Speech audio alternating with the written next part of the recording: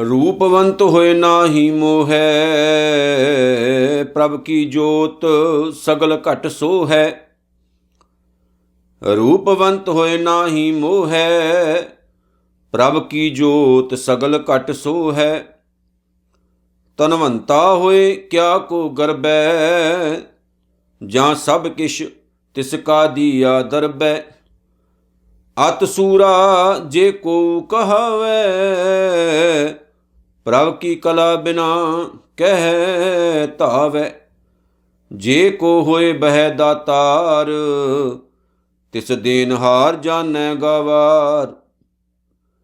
जे को होए बह दातार, तिस देनहार जानै गवार। जिस गुर प्रसाद टूटै हों रोग, नानक सो जन सदा अरोग। जिस गुर प्रसाद टूटै हों रोग, नानक सो जन सदा अरोग। गुरु रूप गुरु प्यारी साध संगत जीओ, सतगुरु धन धन श्री गुरु ग्रंथ साहिब जी दे पवित्र पावन इलाही चरण कमलां दा निੱਘਾ ध्यान धरीए। पंचम पातशाह शहीदां दे सरताज श्री गुरु अर्जन साहिब जी दी पावन रचना तो उचारण की हुई पावन सुखमणी साहिब दी बाणी नाल अपना चित्त जोड़िए। सत्कार नाल गुरु दे प्यार विच भिज के आखो जी वाहिगुरु जी का खालसा वाहिगुरु जी की फतेह। श्री गुरु अर्जन साहिब जी की बहुत ही मिठड़ी प्यारी पावन बाणी सुखमणी साहिब,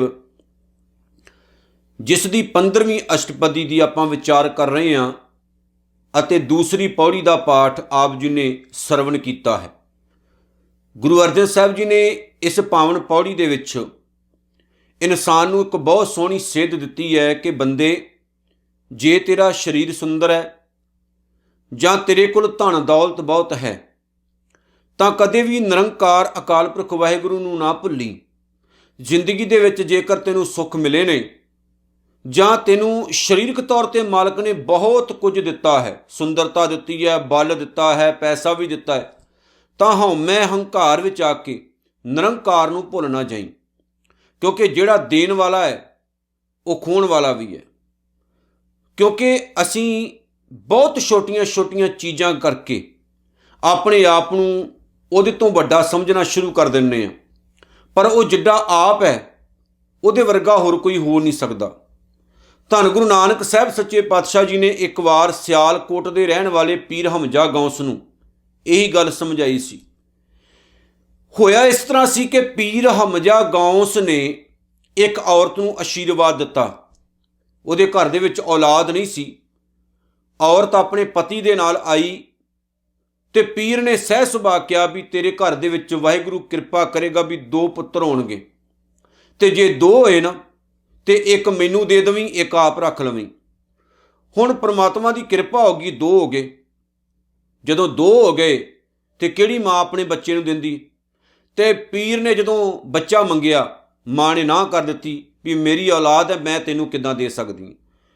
उन्हें गल कही भी ये झूठियां दा शहर है ते मैं इस शहर नूं ना साड़ के सुआह कर देवांगा, नाश कर देवांगा। वो भोरे विच बह गया अपना चिलियां कट्टण दे लई। गुरु नानक साहब सच्चे पातशाह जी कुदरती उत्थे पहुंचे ते लोकां ने रिक्वेस्ट की हथ जोड़ के कि मालका इत्थे एक पीर ने बड़ा वक्त पाया होया, वो चिलियां कट रहा ते कहंदा मैं इन्हां नूं नाश कर देना, इस शहर नूं नाश कर देना, ये झूठियां दा शहर है। तां गुरु नानक साहब सच्चे पातशाह ने उहदे भोरे वाली जगह ते जाके शब्द पढ़ना शुरू किया। पीर जिहड़ा सी वो बहुत डिस्टर्ब होया भी ये कौन है जिन्हें मेरी भगती दे विच विघन पाया। सतगुरु दे सामने आया तो शांत हो गया। गुरु नानक साहब सच्चे पातशाह जी ने उन्होंने ये सिद्ध किया भी इस शहर विच झूठे नहीं सच्चे भी वसदे ने, ते नाल ये भी गल समझाई कि जिहड़े रब दे प्यारे हुंदे ने वो मोह अते ममता तो आज़ाद हुंदे ने। तुसीं तां आप मोह अते ममता दीआं बेड़ियां विच बझे होए हो। नाल रब दा जिहड़ा प्यारा हुंदा ना वो कदे भी किसी का नुकसान करने बारे नहीं सोचता। जिवें आपां बाबा कबीर साहब का बचन पढ़ते हैं, बाबा फरीद साहब की रचना तो पढ़ते हैं, जिवें कबीर साहब ने कहा जिन्हें राम का नाम विसार दिता भूतना ही है। ਤੇ ਫਰੀਦ ਸਾਹਿਬ ਨੇ ਕਿਹਾ ਜਿਹੜਾ ਇਨਸਾਨ ਆਪਣੇ ਮਨ ਵਿੱਚ ਗੁੱਸਾ ਰੱਖ ਕੇ ਵੀ ਕਿਸੇ ਦਾ ਭਲਾ ਕਰਨ ਬਾਰੇ ਸੋਚੇ, ਉਹਦੇ ਨਾਲੋਂ ਵੱਡਾ ਇਨਸਾਨ ਕੋਈ ਦੁਨੀਆ ਤੇ ਹੋ ਹੀ ਨਹੀਂ ਸਕਦਾ। ਵੇਖੋ, ਕਿਸੇ ਦਾ ਨੁਕਸਾਨ ਕਰਨਾ ਤਾਂ ਬਹੁਤ ਸੌਖਾ ਹੈ, ਪਰ ਮਨ ਦੇ ਵਿੱਚ ਗੁੱਸਾ ਰੱਖ ਕੇ ਵੀ ਕਿਸੇ ਦਾ ਭਲਾ ਕਰਨਾ ਇਹ ਬਹੁਤ ਔਖੀ ਖੇਡ ਹੈ। ਤੇ ਗੁਰੂ ਨਾਨਕ ਸਾਹਿਬ ਸੱਚੇ ਪਾਤਸ਼ਾਹ ਨੇ ਬੜੀ ਪਿਆਰੀ ਗੱਲ ਸਮਝਾਈ ਸੀ, ਪੀਰ ਜੀ ਦਾਤਾ ਨਿਰੰਕਾਰ ਹੈ, ਦਾਤਾਂ ਉਹਨੇ ਦਿੱਤੀਆਂ ਨੇ। ਹੋ ਸਕਦਾ ਤੁਹਾਡੇ ਬਚਨਾ ਕਰਕੇ ਕੋਈ ਬਹਾਨਾ ਰੱਬ ਨੇ ਬਣਾ ਦਿੱਤਾ ਹੋਵੇ, ਪਰ ਦੇਣ ਵਾਲਾ ਤਾਂ ਨਿਰੰਕਾਰ ਹੈ, ਪਰਮਾਤਮਾ ਹੈ। ਅਸੀਂ ਨਾ ਦੇਣ ਜੋਗੇ ਹਾਂ ਤੇ ਨਾ ਸਾਡੀ ਔਕਾਤ ਖੋਣ ਦੀ ਹੈ। ਪਰ ਪੀਰ ਜੀਓ, ਆਪਣੀ ਸੁਰਤ ਨੂੰ ਨਿਰੰਕਾਰ ਦੇ ਚਰਨੀ ਲਗਾ ਕੇ ਰੱਖੋ। ਜਿਸ ਨਿਰੰਕਾਰ ਨੇ ਤੁਹਾਨੂੰ ਇਹ ਸਾਰੀਆਂ ਅਜ਼ਮਤਾਂ ਦਿੱਤੀਆਂ ਨੇ, ਉਹਨੂੰ ਯਾਦ ਰੱਖੋ ਤੇ ਉਹਦੀ ਇਹ ਬਣਾਈ ਹੋਈ ਖਲਕਤ ਜਿਹੜੀ ਹੈ ਉਹਨੂੰ ਵਸਾਉਣ ਦਾ ਕੰਮ ਕਰਨਾ ਹੈ, ਉਹਨੂੰ ਉਜਾੜਨ ਦਾ ਕੰਮ ਨਹੀਂ ਕਰਨਾ। ਦੁਨੀਆ ਪਰ ਹੋਰ ਪਾਸੇ ਤੁਰੀ ਹੈ। ਲੋਕ ਉਜਾੜਨ ਦਾ ਜ਼ਿਆਦਾ ਕੰਮ ਕਰਦੇ ਹੈ, ਵਸਾਉਣ ਦਾ ਘੱਟ ਹੈ।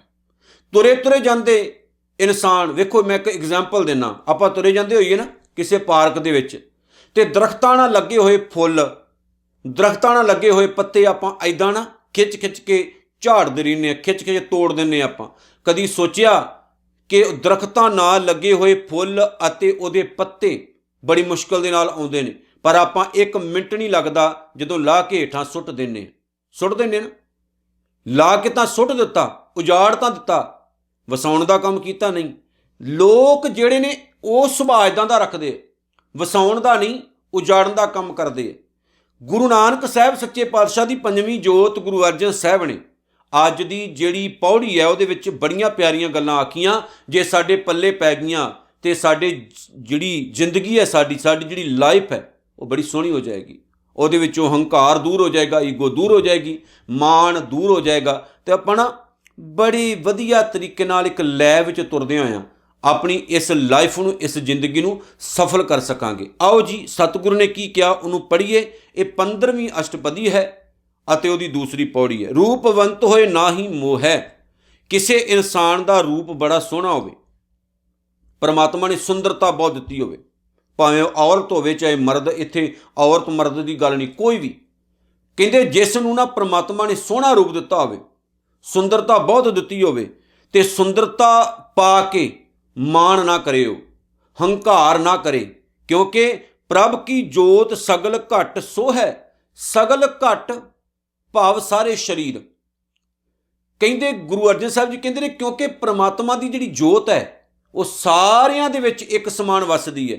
ਇਸ ਲਈ ਸਰੀਰ ਦੀ ਸੁੰਦਰਤਾ ਨੂੰ ਪਾ ਕੇ ਹੰਕਾਰ ਨਾ ਕਰਿਓ, ਮਾਣ ਨਾ ਕਰਿਓ। ਇਹ ਜ਼ਰੂਰੀ ਨਹੀਂ ਜਿਹੜੇ ਜ਼ਿਆਦਾ ਸੋਹਣੇ ਹੁੰਦੇ ਨੇ ਉਹ ਜ਼ਿਆਦਾ ਸਮਝਦਾਰ ਵੀ ਹੋਣ।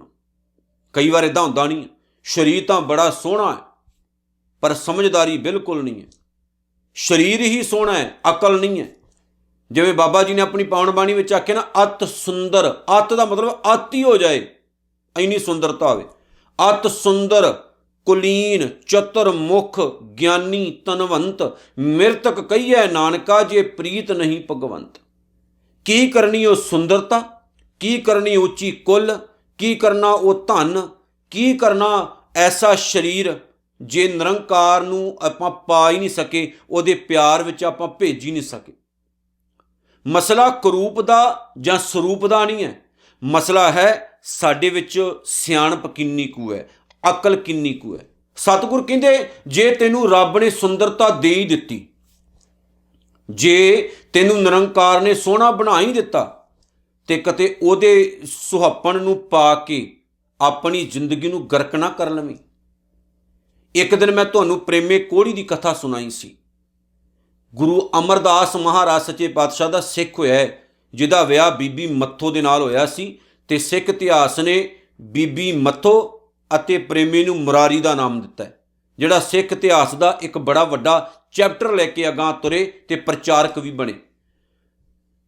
ਜਿਹੜਾ ਮੁਰਾਰੀ ਭਾਵ ਪ੍ਰੇਮਾ ਹੈ ਉਹ ਬੜਾ ਸੋਹਣਾ ਸੁਨੱਖਾ ਸੀ, ਪਿਓ ਧਨਵਾਨ ਸੀ, ਔਰ ਸੁਹਾਪਣ ਪਾ ਕੇ ਨਾ ਸੋਹਣਾ ਸੁਨੱਖਾ ਹੋ ਕੇ ਮਾਣ ਵਿੱਚ ਆ ਕੇ ਉਹ ਗੰਦੇ ਕੰਮ ਕਰਨ ਲੱਗ ਪਿਆ, ਮਾੜੇ ਕੰਮਾਂ ਵੱਲ ਜੁੜ ਗਿਆ।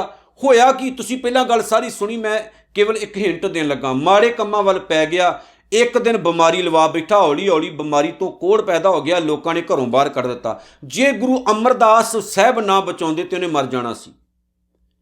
ਸਰੀਰ ਦਾ ਸੋਹਣਾਪਣ ਵੀ ਕਈਆਂ ਨੂੰ ਲੈ ਡੁੱਬਦਾ ਹੈ। ਯਾਦ ਰੱਖਿਓ, ਸੁਹੱਪਣ ਵੀ ਕਈਆਂ ਨੂੰ ਲੈ ਡੁੱਬਦਾ ਹੈ।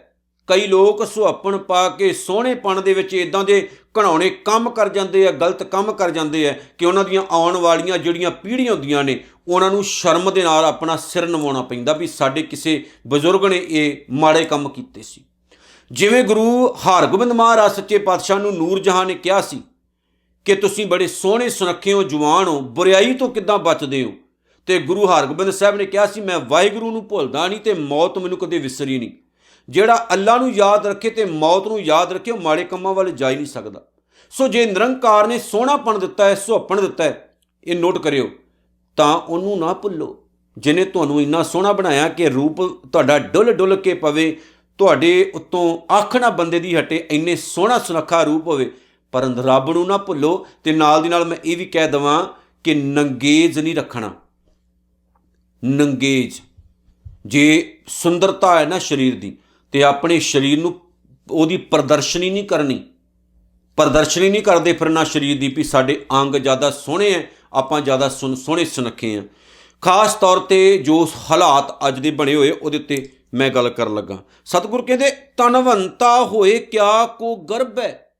ਜੇਕਰ ਕਿਸੇ ਕੋਲ ਬਹੁਤ ਜ਼ਿਆਦਾ ਧਨ ਆ ਜਾਏ, ਦੌਲਤ ਬਹੁਤ ਆ ਜਾਏ, ਤੇ ਕੋਈ ਕੀ ਹੰਕਾਰ ਕਰੇਗਾ ਉਸ ਧਨ ਦੀ। ਜੇਕਰ ਕੋਈ ਹੰਕਾਰ ਕਰ ਵੀ ਰਿਹਾ ਤੇ ਉਸ ਹੰਕਾਰ ਨੂੰ ਕਰਨ ਦਾ ਕੋਈ ਫਾਇਦਾ ਹੈ? ਜਾਂ ਸਭ ਕੁਛ ਤਿਸਕਾ ਦੀਆ ਦਰਬ ਹੈ। ਇਹ ਸਭ ਕੁਝ ਦੇਣ ਵਾਲਾ ਤਾਂ ਨਿਰੰਕਾਰ ਹੈ। ਦਰਬੇ ਦਾ ਮਤਲਬ ਹੈ ਧਨ। ਦਿੱਤਾ ਹੋਇਆ ਕਿਹਦਾ? ਨਿਰੰਕਾਰ ਦਾ। ਜਿਸ ਕਾ ਤਨ ਮਨ ਧਨ ਸਭ ਤਿਸਕਾ ਸੋਈ ਸੁਘੜ ਸਜਾਨੀ। ਦਿੱਤਾ ਤਾਂ ਉਹਦਾ ਹੈ। ਤੇ ਆਪਾਂ ਹੰਕਾਰ ਵਿੱਚ ਆ ਜੀ ਵੀ ਆਪਾਂ ਬਹੁਤ ਜ਼ਿਆਦਾ ਤਕੜੇ ਆ, ਸਾਡੇ ਕੋਲ ਧਨ ਬਹੁਤ ਜ਼ਿਆਦਾ। ਨੰਬਰ 1, ਜੇ ਆਪਾਂ ਅਮੀਰ ਹੋ ਵੀ ਗਏ ਆ, ਉਸ ਧਨ ਦਾ ਕਿਸੇ ਦੂਸਰੇ ਨੂੰ ਫਾਇਦਾ ਨਹੀਂ ਹੈ ਜੇ ਆਪਾਂ ਭਲਾ ਨਹੀਂ ਕਰ ਰਹੇ। ਜਿੰਨਾ ਕਈ ਵਾਰ ਨਾ ਆਪਾਂ ਦੇਖਦੇ, ਜਿੰਨਾ ਅਮੀਰ ਓਨਾ ਹੀ ਦਿਲ ਦਾ ਸੂਮ ਹੁੰਦਾ, ਉਹਨਾਂ ਦਿਲ ਦਾ ਗਰੀਬ ਹੁੰਦਾ। 1 ਰੁਪਈਆ ਕੱਢਣ ਲੱਗਿਆ ਵੀ ਬੰਦਾ 100 ਵਾਰ ਸੋਚਦਾ। ਪਰ ਜੇਕਰ ਤੇਰੇ ਕੋਲ ਹੈ ਕੁਝ ਤਾਂ ਉਹਦਾ ਦੂਸਰਿਆਂ ਨੂੰ ਫਾਇਦਾ ਪਹੁੰਚਾ, ਕਿਸੇ ਦੂਸਰੇ ਲਈ ਕੁਝ ਚੰਗਾ ਕਰ। ਪਰ ਹੰਕਾਰ ਕਰਨ ਦਾ ਕੀ ਫਾਇਦਾ ਵੀ ਮੈਂ ਬੜਾ ਅਮੀਰ ਹਾਂ, ਮੈਂ ਬਹੁਤ ਧਨਵਾਨ ਹਾਂ, ਮੇਰੇ ਕੋਲ ਤਾਂ ਦੌਲਤ ਬਹੁਤ ਹੈ। ਤੇਰੀ ਦੌਲਤ ਨੂੰ ਦਾ ਕਿਸੇ ਨੂੰ ਕੀ ਭਾ, ਕਿਸੇ ਨੂੰ ਕੀ ਫਾਇਦਾ? ਚੰਗਾ ਕੰਮ ਤਾਂ ਤੂੰ ਕੋਈ ਕਰ ਨਹੀਂ ਰਿਹਾ, ਸਗੋਂ ਦੂਸਰਿਆਂ ਦਾ ਨੁਕਸਾਨ ਕਰਨ ਬਾਰੇ ਸੋਚ ਰਿਹਾ। ਔਰ ਇਹ ਹੰਕਾਰ ਵਾਲੀ ਜਿਹੜੀ ਬਿਰਤੀ ਹੈ, ਜੇ ਬੰਦਾ ਆਪਣੇ ਮਨ ਵਿੱਚ ਰੱਖ ਵੀ ਲਵੇ ਤੇ ਗੁਰੂ ਅਰਜਨ ਸਾਹਿਬ ਕਹਿੰਦੇ ਮਹਾ ਮੂਰਖਤਾ ਹੀ ਹੈ, ਕਿਉਂਕਿ ਦੇਣ ਵਾਲਾ ਤਾਂ ਰੱਬ ਹੈ, ਨਿਰੰਕਾਰ ਹੈ। ਜਿਹੜਾ ਦਿੰਦਾ ਉਹ ਖੋ ਵੀ ਲੈਂਦਾ। ਅਗਲੀ ਗੱਲ, ਅਤ ਸੂਰਾ ਜੇ ਕੋਊ ਕਹਾਵੈ। ਜੇਕਰ ਕੋਈ ਬੰਦਾ ਬਹੁਤ ਤਾਕਤਵਰ ਹੋ ਜਾਏ, ਸੂਰਮਾ ਹੋ ਜਾਏ, ਕਹੇ ਵੀ ਭਰਾ ਜੋ ਵੀ ਮੇਰੇ ਕੋਲ ਬੜੀ ਤਾਕਤ ਹੈ ਤੇ ਮੈਂ ਬਹੁਤ ਕੁਝ ਕਰ ਸਕਦਾ। ਅਤ ਸੂਰਾ ਜੇ ਕੋਊ ਕਹਾਵੈ ਪ੍ਰਭ ਕੀ ਕਲਾ ਬਿਨਾ ਕਹਿ ਧਾਵੈ। ਇਹ ਸਾਰੀ ਤਾਕਤ ਤਾਂ ਦਿੱਤੀ ਤਾਂ ਨਿਰੰਕਾਰ ਵਾਹਿਗੁਰੂ ਪ੍ਰਮਾਤਮਾ ਦੀ ਹੈ। ਤੇ ਸਤਿਗੁਰੂ ਕਹਿੰਦੇ ਰਤਾ ਸੋਚ ਕੇ ਦੇਖ, ਜੇ ਪ੍ਰਮਾਤਮਾ ਤਾਕਤ ਹੀ ਨਾ ਦਿੰਦਾ ਤੇ ਤੂੰ ਕੀ ਕਰ ਲੈਂਦਾ? ਦੱਸੋ ਕੀ ਕਰ ਲੈਂਦਾ? ਇਹ ਤਾਕਤ ਤੋਂ ਬਿਨਾ ਕਿੱਥੇ ਦੌੜ ਸਕਦਾ ਤੂੰ? ਦੱਸੋ। ਦਿੱਤੀ ਤਾਂ ਨਿਰੰਕਾਰ ਨੇ ਹੈ ਨਾ, ਤੇ ਜਿਹਨੇ ਦਿੱਤੀ ਹੈ, ਜੇਕਰ ਉਸ ਤਾਕਤ ਤੋਂ ਫਾਇਦਾ ਲੈਣ ਦੀ ਬਜਾਏ ਤੂੰ ਹੋਰੀ ਪਾਸੇ ਤੁਰ ਪਾਵੇਂ। ਪੈਂਦੇ ਖਾਂ ਗੁਰੂ ਹਰਗੋਬਿੰਦ ਸਾਹਿਬ ਨੇ ਪਾਲਿਆ। ਇੱਕ ਮੱਝ ਸਪੈਸ਼ਲ ਰੱਖੀ ਉਹਨੂੰ ਦੁੱਧ ਪਿਲਾਉਣ ਵਾਸਤੇ। ਆਖਰਕਾਰ ਗੁਰੂ ਦਾ ਹੀ ਵਿਰੋਧੀ ਹੋ ਗਿਆ, ਗੁਰੂ ਸਾਹਿਬ ਦਾ ਹੀ ਵਿਰੋਧੀ ਹੋ ਗਿਆ। ਜਿਹੜੇ ਦਾਓ ਪੇਚ ਮਹਾਰਾਜ ਨੇ ਇਹਨੂੰ ਸਿਖਾਏ ਸੀ ਨਾ, ਅਸਵਾਰ ਦੇ ਸਮੇਤ ਘੋੜੇ ਨੂੰ ਚੱਕ ਲੈਣਾ, ਇਹ ਦਾਓ ਪੇਚ ਸਤਿਗੁਰੂ ਨੇ ਸਿਖਾਏ ਸੀ। ਲੜਾਈ ਦੇ ਵਿੱਚ ਨਾ ਉਹ ਗੁਰੂ ਹਰਗੋਬਿੰਦ ਮਹਾਰਾਜ ਦਾ ਘੋੜਾ ਚੱਕਣ ਲੱਗਾ ਹੇਠਾਂ ਸੁੱਟਣ ਲਈ, ਸਤਿਗੁਰੂ ਨੇ ਢਾਲ ਮਾਰ ਕੇ ਹੇਠਾਂ ਸੁੱਟ ਦਿੱਤਾ। ਵੇਖੋ, ਕਈ ਵਾਰ ਬੰਦਾ ਤਾਕਤਵਰ ਹੋ ਕੇ ਅੰਨਾ ਵੀ ਹੋ ਜਾਂਦਾ। ਤਾਕਤ ਪਾ ਕੇ, ਭਾਵੇਂ ਉਹ ਪੈਸੇ ਦੀ ਤਾਕਤ ਹੋਵੇ, ਰੂਪ ਦੀ ਤਾਕਤ ਹੋਵੇ, ਜਾਂ ਸਰੀਰ ਦੀ ਤਾਕਤ ਹੋਵੇ, ਕਈ ਵਾਰ ਬੰਦਾ ਨਾ ਕਮਲਾ ਹੋ ਜਾਂਦਾ, ਅੰਨਾ ਹੋ ਜਾਂਦਾ। ਉਹਨੂੰ ਕਿਹਾ ਗਿਆ ਮਾਇਆ ਧਾਰੀ ਅਤ ਅੰਨਾ ਬੋਲਾ। ਐਸੇ ਇਨਸਾਨ ਅੰਨੇ ਬੋਲੇ ਹੋ ਜਾਂਦੇ, ਜਿਵੇਂ ਪੈਂਦੇ ਖਾਂ ਹੋ ਚੁੱਕਾ ਸੀ। ਲੇਕਿਨ ਸਤਿਗੁਰੂ ਨੇ ਕਿਰਪਾ ਕੀਤੀ ਤੇ ਢਾਲ ਮਾਰ ਕੇ ਹੇਠਾਂ ਸੁੱਟਿਆ। ਭਾਵੇਂ ਕਿ ਅਖੀਰ ਦੇ ਦਮ ਵਿੱਚ ਉਹਨੇ ਮਾਫੀ ਮੰਗ ਲਈ ਸੀ, ਪਰ ਕੀ ਫਾਇਦਾ ਹੋਇਆ ਪਿਆਰਿਓ? ਜ਼ਿੰਦਗੀ ਗਵਾ ਕੇ ਬਹਿ ਗਿਆ ਹਉਮੈ ਹੰਕਾਰ ਵਿੱਚ। ਸਤਿਗੁਰ ਕਹਿੰਦੇ ਜੇ ਪ੍ਰਮਾਤਮਾ ਤਾਕਤ ਦਵੇ ਤਾਂ ਹੰਕਾਰ ਨਾ ਕਰਿਓ। ਮੈਂ ਉਹਨਾਂ ਲੋਕਾਂ ਨੂੰ ਕਹਿਣਾ ਚਾਹੁੰਦਾ ਜਿਨ੍ਹਾਂ ਕੋਲ ਕੁਰਸੀਆਂ ਦੀਆਂ ਤਾਕਤਾਂ ਹੁੰਦੀਆਂ ਨੇ, ਓਏ ਬਖਸ਼ ਦਿਓ ਪੰਜਾਬ ਨੂੰ। ਕਿੰਨਾ ਕੁ ਹੋਰ ਖਾਣਾ? ਨਸ਼ੇ ਦੀ ਦਲਦਲ ਵਿੱਚ ਪਹਿਲਾਂ ਨੌਜਵਾਨ ਸੁੱਟੇ, ਗੁਰੂ ਗ੍ਰੰਥ ਸਾਹਿਬ ਦੇ ਸਰੂਪਾਂ ਦੀਆਂ ਬੇਅਦਬੀਆਂ ਕਰਵਾਈਆਂ, ਦੇਹਧਾਰੀ ਲੋਕਾਂ ਨੂੰ, ਬਾਬਿਆਂ ਨੂੰ, ਗੁਰੂਆਂ ਨੂੰ ਤੁਸੀਂ ਪ੍ਰਮੋਟ ਕੀਤਾ, ਰੱਜ ਕੇ ਜਿਹੜਾ ਨੁਕਸਾਨ ਕੀਤਾ। ਔਰ ਸਰਕਾਰੀ ਸਕੂਲਾਂ ਨੂੰ ਖਤਮ ਕਰਕੇ ਪ੍ਰਾਈਵੇਟ ਸਕੂਲਾਂ ਦਾ ਰੌਲਾ ਪਾਇਆ। ਉੱਥੇ ਲੋਕਾਂ ਦਾ ਨੁਕਸਾਨ ਹੋਰ ਕਰਵਾ ਦਿੱਤਾ। ਪਤਾ ਨਹੀਂ ਹੋਰ ਕੀ ਕੁਝ ਤੁਸੀਂ ਕਰਵਾ ਰਹੇ ਹੋ। ਔਰ ਆਪਣੀ ਤਾਕਤ ਦੇ ਨਸ਼ੇ ਵਿੱਚ, ਜਿਵੇਂ ਅੱਜ ਦੀ ਮੋਦੀ ਸਰਕਾਰ ਹੈ, ਤਾਕਤ ਦੇ ਨਸ਼ੇ ਵਿੱਚ ਕਿਸਾਨੀ ਸਿਸਟਮ ਨੂੰ ਖਤਮ ਕਰਨਾ ਚਾਹੁੰਦੀ, ਲੋਕਾਂ ਦੀਆਂ ਜ਼ਮੀਨਾਂ ਹੱਥ ਹੋਣੀਆਂ ਚਾਹੁੰਦੀ। ਇਹ ਤਾਕਤ ਸਦਾ ਰਹਿੰਦੀ ਹੈ। 100 ਆਏ 100 ਗਏ, ਕਿਹੜਾ ਸਦਾ ਰਹਿਣਾ? ਇੱਥੇ ਤਾਂ ਪਤਾ ਨਹੀਂ ਕਿੰਨੇ ਆਏ ਕਿੰਨੇ ਚਲੇ ਗਏ, ਹਮੇਸ਼ਾ ਥੋੜੀ ਤਾਕਤ ਰਹਿੰਦੀ। ਔਰ ਐਸੇ ਲੋਕਾਂ ਨੂੰ ਸਤਿਗੁਰੂ ਨੇ ਕਿਹਾ ਸੀ, ਰਾਜੇ ਸ਼ੀ ਮੁਕੱਦਮ ਕੁੱਤੇ ਜਾਏ ਜਗਾਇਨ, ਬੈਠੇ ਸੁੱਤੇ ਚਾਕਰ ਨਹਿੰਦਾ ਪਾਇਨ, ਘਾਓ ਰਤ ਪਿੱਤ ਕੁੱਤਿਓ ਚੱਟ ਜਾਓ। ਸਤਿਗੁਰੂ ਨੇ ਤੇ ਬਾਬਰ ਨੂੰ ਨਹੀਂ ਸੀ ਬਖਸ਼ਿਆ, ਬਾਬਰ ਨੂੰ ਜਾਬਰ ਕਹਿ ਕੇ ਬੁਲਾਇਆ ਸੀ। ਪਾਪ ਕੀ ਜੰਜ ਲੈ ਕਾਬਲੋਂ ਧਾਇਆ, ਜੋਰੀ ਮੰਗਿਆ ਦਾਨ ਵੇ। ਲਾ ਲਓ, ਕਾਬਲ ਤੋਂ ਆਇਆ ਸੀ ਨਾ, ਤੇ ਸਤਿਗੁਰੂ ਨੇ ਕਿਹਾ ਸੀ ਪਾਪ ਦੀ ਜੰਜ ਲੈ ਕੇ ਤੁਰਿਆ ਫਿਰਦਾ। ਹਾਂ ਮੈਂ ਈਗੋ, ਹੰਕਾਰ, ਕੁਰਸੀਆਂ ਤੇ ਬਹਿ ਕੇ ਹੰਕਾਰੀ ਹੋ ਗਏ ਵੀ ਆਪਾਂ ਖੋਰੇ ਜਿਹੜੇ ਪ੍ਰਮਾਣ ਕਰ ਦਿੱਤੇ ਉਹ ਵਾਪਸ ਹੋਣੇ ਨਹੀਂ, ਵੀ ਆਪਾਂ ਜੋ ਕਰ ਸਕਦੇ ਹਾਂ ਉਹ ਸਹੀ ਹੈ। ਦੁਨੀਆ ਸਾਰੀ ਇੱਕ ਪਾਸੇ, ਹਮੇਸ਼ਾ ਸਦਾ ਕੋਈ ਰਹਿਣ ਵਾਲਾ ਨਹੀਂ ਹੈ। ਚੰਗੇ ਕੰਮ ਕਰੋ ਤਾਂ ਕਿ ਇਸ ਸੰਸਾਰ ਵਿੱਚ ਆਉਣ ਦਾ ਕੋਈ ਫਾਇਦਾ ਹੋਵੇ। ਸਤਿਗੁਰੂ ਕਹਿੰਦੇ ਨੇ, ਜੇ ਕੋ ਹੋਏ ਬਹਿ ਦਾਤਾ, ਜੇਕਰ ਕੋਈ ਇਨਸਾਨ ਦਾਤਾ ਬਣ ਜਾਵੇ। ਵੇਖੋ, ਧਨਾੜ ਹੋ ਗਿਆ, ਪੈਸੇ ਵਾਲਾ ਹੋ ਗਿਆ, ਤੇ ਆਪ ਨੂੰ ਕਵੇ, ਆਪਣੇ ਆਪ ਨੂੰ ਕਵੇ ਮੈਂ ਦਾਤਾ, ਵੀ ਮੈਂ ਹੀ ਦਾਤਾ, ਰੱਬ ਨਾਂ ਦੀ ਕੋਈ ਚੀਜ਼ ਨਹੀਂ। ਜਿਵੇਂ ਹਰਨਾਕਸ਼ ਨੇ ਕਿਹਾ ਸੀ, ਰੱਬ ਨੂੰ ਭੁੱਲੋ, ਮੈਨੂੰ ਰੱਬ ਮੰਨਿਆ ਕਰੋ। ਤਿਸ ਦੇਨਹਾਰ ਜਾਣੈ ਗਵਾਰ। ਤੇ ਸਤਿਗੁਰੂ ਸ੍ਰੀ ਗੁਰੂ ਅਰਜਨ ਸਾਹਿਬ ਜੀ ਮਹਾਰਾਜ ਕਹਿੰਦੇ ਨੇ, ਰੱਬ ਦੀ ਨਿਗਾਹ ਦੇ ਵਿੱਚ ਉਸ ਇਨਸਾਨ ਨੂੰ ਮੂਰਖ ਸਮਝੋ। ਅਸਲ 'ਚ ਉਹ ਮੂਰਖ ਹੈ, ਮਹਾਂ ਮੂਰਖ ਹੈ, ਜਿਹੜਾ ਆਪਣੇ ਆਪ ਨੂੰ ਦਾਤਾ ਖਵਾਉਂਦਾ ਫਿਰਦਾ। ਦਾਤਾ ਤਾਂ ਨਿਰੰਕਾਰ ਹੈ। ਜੇ ਤੂੰ ਕਿਸੇ ਦਾ ਭਲਾ ਕਰ ਵੀ ਰਿਹਾ ਤੂੰ ਦਾਤਾ ਨਹੀਂ ਹੈ, ਤੂੰ ਉਹਦੀਆਂ ਦਿੱਤੀਆਂ ਹੋਈਆਂ ਦਾਤਾਂ ਨੂੰ ਅਗਾਂਹ ਦੇ ਰਿਹਾ, ਵੰਡ ਰਿਹਾ। ਤੂੰ ਦਾਤਾ ਨਹੀਂ ਹੋ ਸਕਦਾ। ਜਿਹੜਾ ਦਾਤਾ ਨਾ, ਉਹਨੂੰ ਦਾਤਾ ਰਹਿਣ ਦੇ। ਔਰ ਉਹਦੇ ਵਰਗਾ ਦਾਤਾ ਹੋਰ ਕੋਈ ਸੰਸਾਰ ਵਿੱਚ ਹੋ ਹੀ ਨਹੀਂ ਸਕਦਾ। ਵੇਖੋ ਕਿੰਨਾ ਸੋਹਣਾ ਸਿਸਟਮ ਸਿੱਖਇਜ਼ਮ ਦੇ ਵਿੱਚ ਬਣਾਇਆ ਗਿਆ। ਇੱਥੇ ਦਾਨ ਦੀ ਪ੍ਰਥਾ ਨਹੀਂ ਹੈ, ਇੱਥੇ ਦਸਵੰਧ ਦੀ ਪ੍ਰਥਾ ਨੂੰ ਪਹਿਲ ਦਿੱਤੀ ਗਈ। ਇੱਕ ਦਿਨ ਮੈਂ ਪਹਿਲਾਂ ਵੀ ਕਿਹਾ ਸੀ ਨਾ, ਦਾਨ ਕਿਉਂ ਬੰਦ ਕੀਤਾ ਗਿਆ? ਇਹ ਪ੍ਰਥਾ ਸਾਡੀ ਨਹੀਂ ਹੈ, ਇਹ ਬ੍ਰਾਹਮਣਿਜ਼ਮ ਹੈ। ਦਾਨ ਦੇਣ ਵਾਲਾ ਜਿਹੜਾ ਨਾ, ਜਿਹੜਾ ਦੇਵੇਗਾ ਦਾਨ, ਉਹਦੇ 'ਚ ਹੰਕਾਰ ਪੈਦਾ ਹੋਏਗਾ, ਮੈਂ ਦੇ ਰਿਹਾ। ਜਿਹੜਾ ਲੈਣ ਵਾਲਾ ਉਹ ਵਿਚਾਰਾ ਨਾ ਸ਼ਰਮ ਨਾਲ ਮਰੇਗਾ ਵੀ ਮੈਂ ਕਿਸੇ ਕੋਲੋਂ ਲੈ ਰਿਹਾ। ਲੇਕਿਨ ਇੱਥੇ ਪ੍ਰਥਾ ਕੀ? ਦਸਵੰਧ, 10 ਨਹੁੰਆਂ ਦੀ ਕਿਰਤਕਾਰ ਕਰਨ ਵਾਲਾ। ਜਿਵੇਂ 100 ਕਮਾਇਆ 10 ਕੱਢ ਦਿੱਤੇ ਵੀ ਇਹ ਗੁਰੂ ਦੇ ਹੈ, ਲੱਖ ਕਮਾਇਆ 1000 ਕੱਢ ਦਿੱਤਾ ਵੀ ਗੁਰੂ ਦਾ, ਕਰੋੜ ਕਮਾਇਆ ਲੱਖ ਕੱਢ ਦਿੱਤਾ ਵੀ ਇਹ ਸਤਿਗੁਰੂ ਦਾ, ਅਰਬ ਕਮਾਇਆ ਕਰੋੜ ਕੱਢ ਦਿੱਤਾ ਵੀ ਇਹ ਸਤਿਗੁਰੂ ਦਾ। ਵੇਖੋ ਮਤਲਬ ਕਿ ਸਿਸਟਮ ਬੜਾ ਸੋਹਣਾ ਬਣਾਇਆ ਗਿਆ। 10 ਰੁਪਈਏ ਕਮਾ ਰਹੇ ਹੋ, 1 ਰੁਪਈਆ ਕੱਢ ਦਿੱਤਾ, 1 ਰੁਪਈਆ ਕੱਢ ਦਿੱਤਾ। ਜੇ 1 ਰੁਪਈਆ ਕਮਾਇਆ ਉਹਦਾ 10ਵਾਂ ਹਿੱਸਾ ਕੱਢ ਦਿੱਤਾ। ਮਤਲਬ ਕਿ ਇਹ ਜਿਹੜਾ ਪੈਸਾ ਮੈਂ ਅਲੱਗ ਰੱਖਿਆ ਇਹ ਗੁਰੂ ਦਾ ਹੈ, ਤੇ ਮੈਂ ਨਹੀਂ ਦੇ ਰਿਹਾ, ਸਤਿਗੁਰੂ ਦੇ ਰਿਹਾ। ਉੱਥੇ ਈਗੋ ਨਹੀਂ ਹੁੰਦੀ। ਹੁਣ ਕਿੰਨੀ ਵੱਡੀ ਪ੍ਰਥਾ ਹੈ, ਇੱਥੇ ਦਾਤੇ ਨਹੀਂ ਬਣੇ। ਸਿੱਖਾਂ ਨੇ ਕਿਹਾ ਵੀ ਇਹ ਗੁਰੂ ਦਾ ਹੈ। ਵੇਖੋ ਜੇ ਲੰਗਰ ਵੀ ਕੋਈ ਲਾਉਂਦਾ ਤੇ ਕਹਿੰਦਾ ਗੁਰੂ ਕਾ ਲੰਗਰ ਹੈ, ਗੁਰੂ ਕਾ ਲੰਗਰ ਹੈ। ਆਪਾਂ ਹੀ ਕਹਿੰਦੇ ਗੁਰੂ ਕਾ ਲੰਗਰ ਹੈ, ਇਹ ਗੁਰੂ ਨੇ ਦਿੱਤਾ ਹੋਇਆ ਹੈ, ਹੰਕਾਰ ਨਹੀਂ। ਤੇ ਜੇਕਰ ਕੋਈ ਇਨਸਾਨ ਅਚਾਰਕ ਕੰਬਲ ਦੇ ਕੇ ਕਹੇ ਮੈਂ ਦਿੱਤਾ, ਸੈਲਫੀਆਂ ਖਿਚਾ ਖਿਚਾ ਕੇ ਮੈਂ ਦਿੱਤਾ ਮੈਂ ਦਿੱਤਾ। ਜੇ ਮੈਂ ਪਿਛਲੇ ਦਿਨ ਕਿਹਾ ਸੀ ਨਾ ਕਿ ਵਿਚਾਰੇ ਉਹ ਨਾ, ਇੱਕ ਮੈਂ ਤਸਵੀਰ ਵੇਖੀ, ਮਰਿਆ ਜਿਹਾ ਵਿਚਾਰਾ ਇੱਕ ਬੰਦਾ, ਉਹਨੂੰ ਕੇਲੇ ਫੜਾ ਰਹੇ ਨੇ 8-10 ਜਾਣੇ ਤੇ ਫੋਟੋ ਖਿਚਾ ਰਹੇ ਨੇ। ਇੱਦਾਂ ਇੱਕ ਕੇਲਾ, ਸੜਿਆ ਜਿਹਾ ਕੇਲਾ, ਪਤਾ ਨਹੀਂ ਕਿੱਥੋਂ ਲੈ ਕੇ ਆਏ ਹੋਣੇ, ਉਹ ਕਾਲਾ ਫੜਾ ਕੇ ਐਂ ਫੋਟੋ ਖਿਚਾ ਰਹੇ। ਜਿਹਨੂੰ ਵਿਚਾਰੇ ਨੂੰ ਕੇਲਾ ਫੜਾ ਰਹੇ ਹੋ, ਉਹ ਕੇਲਾ ਭਾਵੇਂ ਕੋ ਬਾਅਦ 'ਚ ਖੋਹ ਹੀ ਲਿਆ ਹੋਵੇ, ਕਿਉਂਕਿ ਦੂਸਰੇ ਨਾਲ ਫੋਟੋ ਖਿਚਾਉਣੀ ਹੁੰਦੀ, ਕੋਈ ਪਤਾ ਵੀ ਨਹੀਂ। ਉਹ ਵਿਚਾਰਾ ਸ਼ਰਮਣਾ ਹੀ ਮਰ ਗਿਆ ਹੋਣਾ, ਲੋਕਾਂ ਨੇ ਸ਼ਰਮਣਾ ਹੀ ਮਾਰਤਾ ਹੋਣਾ ਵੀ ਲੱਖ ਲਾਂਤ ਤੇਰੇ, ਤੂੰ ਉਹਦੇ ਕੋਲ ਕੇਲਾ ਕੋ ਲੈ ਰਹੇ ਆ। ਵੇਖੋ ਇੱਕ ਕੇਲਾ ਫੜਾਇਆ ਤੇ 10 ਜਾਣੇ ਫੋਟੋ ਖਿਚਾ ਰਹੇ, ਆਪਾਂ ਕੇਲੇ ਵੰਡੇ। ਕਮਾਲ ਆ। ਸਤਿਗੁਰੂ ਨੇ ਐਸਾ ਨਹੀਂ ਸੀ ਦਿੱਤਾ ਸਾਨੂੰ ਜੀਵਨ। ਸਤਿਗੁਰੂ ਨੇ ਜੀਵਨ ਦਿੱਤਾ ਗੁਰੂ ਦੇ ਨਾਮ ਤੇ ਦਿਓ, ਹੰਕਾਰ ਨਾ ਕਰੋ। ਇਸ ਗੱਲੋਂ ਸਿੱਖਇਜ਼ਮ ਸਤਿਗੁਰੂ ਦੀ ਕਿਰਪਾ ਨਾਲ ਵਧੀਆ ਹੈ, ਸਾਡਾ ਧਰਮ ਵਧੀਆ ਹੈ। ਸਤਿਗੁਰੂ ਨੇ ਨਾ ਬੜੀ ਦਇਆ ਕੀਤੀ, ਇਹਨਾਂ ਚੀਜ਼ਾਂ ਤੋਂ ਦੂਰ ਰੱਖ ਦਿੱਤਾ। ਆਪਣੇ ਆਪ ਨੂੰ ਸਿੱਖ ਅੱਗੇ ਨਹੀਂ, ਗੁਰੂ ਨੂੰ ਅੱਗੇ ਰੱਖ ਕੇ ਤੁਰਦਾ ਹੈ। ਅਗਲੀ ਗੱਲ ਸਤਿਗੁਰੂ ਕਹਿੰਦੇ ਨੇ, ਜਿਸ ਗੁਰ ਪ੍ਰਸਾਦ ਟੂਟੈ ਹਉ ਰੋਗ। ਇਹ ਸਾਰੀਆਂ ਹਉਮੈ ਦੀਆਂ ਗੱਲਾਂ ਨੇ, ਪਰ ਜਿਸ ਇਨਸਾਨ ਦੀ ਹਉਮੈ ਗੁਰੂ ਦੀ ਕਿਰਪਾ ਨਾਲ ਖਤਮ ਹੋ ਜਾਂਦੀ ਹੈ, ਨਾਨਕ ਸੋ ਜਨ ਸਦਾ ਅਰੋਗ। ਉਹ ਰੱਬ ਦਾ ਪਿਆਰਾ ਵਾਕਈ ਤੰਦਰੁਸਤ ਹੁੰਦਾ ਹੈ, ਅੰਦਰੋਂ ਬਾਹਰੋਂ। ਅਰੋਗ ਭਾਵ ਤੰਦਰੁਸਤ। ਤੰਦਰੁਸਤ ਹੋਣਾ ਬੜਾ ਜ਼ਰੂਰੀ ਹੈ। ਹਉਮੈ ਸਭ ਤੋਂ ਵੱਡਾ ਰੋਗ ਹੈ, ਜਿਹਨੂੰ ਲੱਗ ਜਾਏ ਉਹਦਾ ਛੱਡਦਾ ਹੀ ਕੱਖ ਨਹੀਂ ਹੈ। ਕੋਸ਼ਿਸ਼ ਕਰੋ ਗੁਰੂ ਦੇ ਚਰਨੀ ਲੱਗੀਏ ਤੇ ਸਤਿਗੁਰੂ ਅੱਗੇ ਅਰਦਾਸ ਕਰੀਏ ਕਿ ਮਹਾਰਾਜ ਹਉਮੈ ਹੰਕਾਰ ਤੋਂ ਬਚਾ ਕੇ ਰੱਖੀ। ਜਿੰਨਾ ਚਿਰ ਸੰਸਾਰ ਵਿੱਚ ਰਹੀਏ ਚੰਗੇ ਕੰਮ ਕਰੀਏ, ਨਾ ਕਿ ਮਾੜੇ ਕੰਮ ਕਰੀਏ ਤੇ ਚੰਗੇ ਕੰਮ ਕਰਕੇ ਤੇਰੇ ਦਰ ਘਰ ਦੀ ਵਡਿਆਈ ਕਰਕੇ ਆਪਣਾ ਵੀ ਜੀਵਨ ਸਫਲ ਕਰੀਏ ਤੇ ਕਿਸੇ ਦੂਸਰੇ ਦਾ ਵੀ ਭਲਾ ਕਰਕੇ ਜਾਈਏ। ਇਤਨੀਆਂ ਬੇਨਤੀਆਂ ਸਵੀਕਾਰ ਕਰਿਓ, ਭੁੱਲ ਚੁੱਕ ਦੀ ਖਿਮਾ। ਨਾਨਕ ਨਾਮ ਚੜ੍ਹਦੀ ਕਲਾ, ਤੇਰੇ ਭਾਣੇ ਸਰਬੱਤ ਦਾ ਭਲਾ। ਵਾਹਿਗੁਰੂ ਜੀ ਕਾ ਖਾਲਸਾ, ਵਾਹਿਗੁਰੂ ਜੀ ਕੀ ਫਤਿਹ।